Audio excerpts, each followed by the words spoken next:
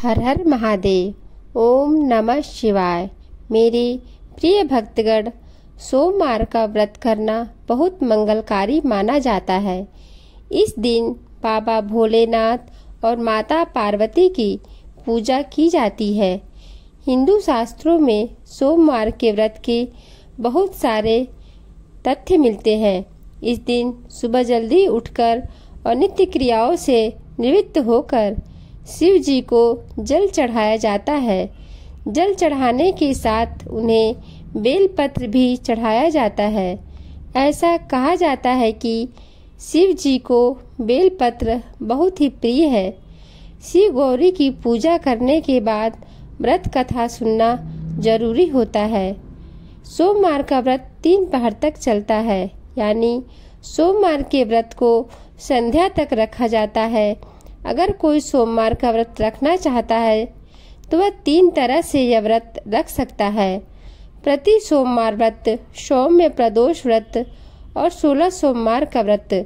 सोमवार व्रत के 3 प्रकार होते हैं। भले ही व्रत 3 प्रकार के हैं, लेकिन इनकी पूजा विधि एक ही है। कोई भी व्रत बिना कथा सुने पूरा नहीं माना जाता है, इसलिए इस दिन पूजा करने के बाद यह व्रत कथा जरूर सुननी चाहिए। सोमवार व्रत कथा। बहुत समय पहले एक गांव में एक बहुत ही धनवान साहूकार रहा करता था। साहूकार और उसके पत्नी के जीवन में किसी भी चीज की कोई कमी नहीं थी, लेकिन वह दोनों हमेशा एक समस्या को लेकर बड़ी चिंता में रहते थे। समस्या यह थी कि उनका एक भी संतान नहीं था। संतान के लिए साहूकार शिव भक्ति में लीन रहता था। वह प्रत्येक सोमवार व्रत रखता था और मंदिर जाकर शिव गौरी की पूजा श्रद्धा भाव के साथ करता था। साहूकार के इस भक्ति में अंदाज को देखकर पार्वती माँ उससे बहुत ही प्रसन्न हो गई थी। पार्वती माँ ने भगवान शिव से कहा कि वह साहूकार की इच्छाओं को पूरा कर दे। इस पर भगवान शिव ने अपनी प्रतिक्रिया देते हुए कहा कि एक प्राणी अपने कर्मों का फल उसके जीवन में भोग कर जाता है। पार्वती माँ अपने दयालु स्वभाव की वजह से शिव जी से आग्रह करती रहीं। माँ पार्वती के ममतामयी स्वभाव को देखकर शिव जी उनकी इच्छा पूरी करने के लिए तैयार हो गए। शिव जी ने साहूकार को पुत्र का वरदान दिया और कहा कि साहूकार का पुत्र सिर्फ 12 साल तक जीवित रहेगा। साहूकार दोनों की बातों को ध्यानपूर्वक सुनता था। भगवान शिव जी का जो फैसला था वह उसे स्वीकार था। उसने ना ही खुशी जताई और ना ही दुख। पहले की तरह वह अभी भी भगवान शिव की पूजा बहुत ही श्रद्धा भाव से करता रहा। कुछ समय बाद साहूकार के घर में किलकारियां गूंजी और उसे पुत्र की प्राप्ति हुई। धीरे धीरे समय बीतता गया और उसका पुत्र 11 साल का हो गया। साहूकार ने अपनी पत्नी के भाई को बुलाया और उसे आदेश दिया कि वह उसके पुत्र को काशी ले जाए और वहां उससे विद्या प्राप्त करवाए। साहूकार ने अपने पुत्र के मामा को झोली भर के धन दिया और कहा कि रास्ते में जाते जाते तुम यज्ञ करवाते जाना और अपने यज्ञ के दौरान वहां मौजूद सभी ब्राह्मणों को भोजन करवाना और उन्हें दक्षिणा देना। साहूकार का आदेश मिलता ही मामा और भांजे काशी जाने के लिए निकल पड़े। रास्ते में उन्होंने जहां भी यज्ञ करवाया वहां ब्राह्मणों को भोजन करवाने के साथ दक्षिणा भी दिया।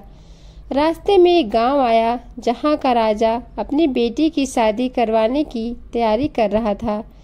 जिस दिन राजकुमार से राजा की बेटी की शादी होनी थी वह कान्हा था। यह बात राजा को नहीं बताई गई थी। राजकुमार के पिता ने जब साहूकार के बेटे को देखा तो उसने अपने मन में एक तरकीब सोची। उसने विवाह के समय अपने बेटे की जगह साहूकार के बेटे को बिठा दिया। साहूकार का बेटा ईमानदार था। उसने राजा की बेटी के दुपट्टे पर यह लिखा कि वह उसका होने वाला पति नहीं है, उसका होने वाला पति कान्हा है और वह तो साहूकार का बेटा है जो काशी पढ़ने जा रहा था। यह पढ़कर राजकुमारी ने अपने पिता को सारी बात बता दी, जिसकी वजह से बारात को वापस जाना पड़ा।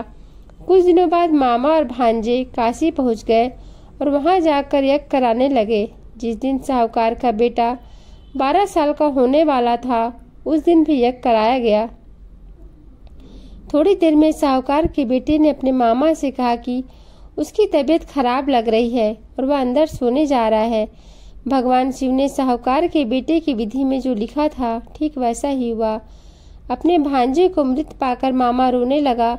उसी दौरान माँ पार्वती और भगवान शिव वहां से जा रहे थे। अपने रास्ते में माता पार्वती ने शिव जी से कहा कि इंसान बहुत कष्ट में दिख रहा है, आप इसके सभी कष्ट दूर कर दीजिए। जब भगवान शिव ने देखा कि यह वही बालक है, तो उन्होंने कहा कि मेरे कहे अनुसार इस बालक ने अपने 12 साल पूरे कर लिए हैं। माँ पार्वती ने ममता दिखाते हुए महादेव से बालक की आयु बढ़ाने के लिए आग्रह किया। माँ पार्वती की बात सुनकर भगवान शिव ने साहूकार के बेटे के जीवन को बढ़ा दिया। काशी से अपनी शिक्षा पूरी करने के बाद मामा और भांजे वापस अपने गांव की ओर जाने लगे। रास्ते में वही गांव आया जहां उसकी शादी कराई गई थी। मामा और भांजे ने यज्ञ करवाया। उसी दौरान राजा को साहूकार का बेटा दिखा। राजा मामा और भांजे को अपने महल ले गया और वहां से उनके साथ अपनी बेटी को विदा कर दिया। साहूकार और उसकी पत्नी अपने बेटे को देखने के लिए भूखे प्यासे उसकी राह देख रहे थे। उन्होंने यह सोच रखा था कि अगर उसको अपने बेटे के मृत होने की खबर पता चली तो वह भी अपनी जान दे देंगे।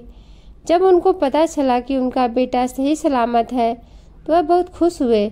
जिस दिन उनका बेटा घर आया, उस रात साहूकार के सपने में भगवान शिव जी दर्शन दिए थे। भगवान शिव जी ने कहा कि वह साहूकार के व्रत और कथा सुनने से बहुत खुश हुए थे, इसलिए उन्होंने उसके पुत्र के जीवन काल को बढ़ा दिया।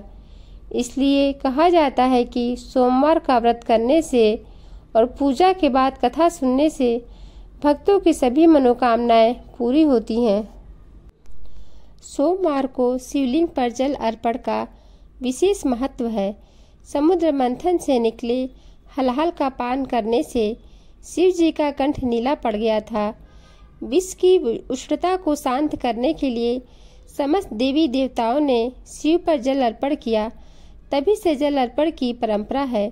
शिव की पूजा में जल, दूध, मधु, घी, पंचामृत, बेलपत्र, फूल, धतुरा, वस्त्र, चंदन, रोली, अक्षत, विजया, कमलगट्टा, पान, सुपारी, लौंग, पंचमेवा चढ़ाया जाता है।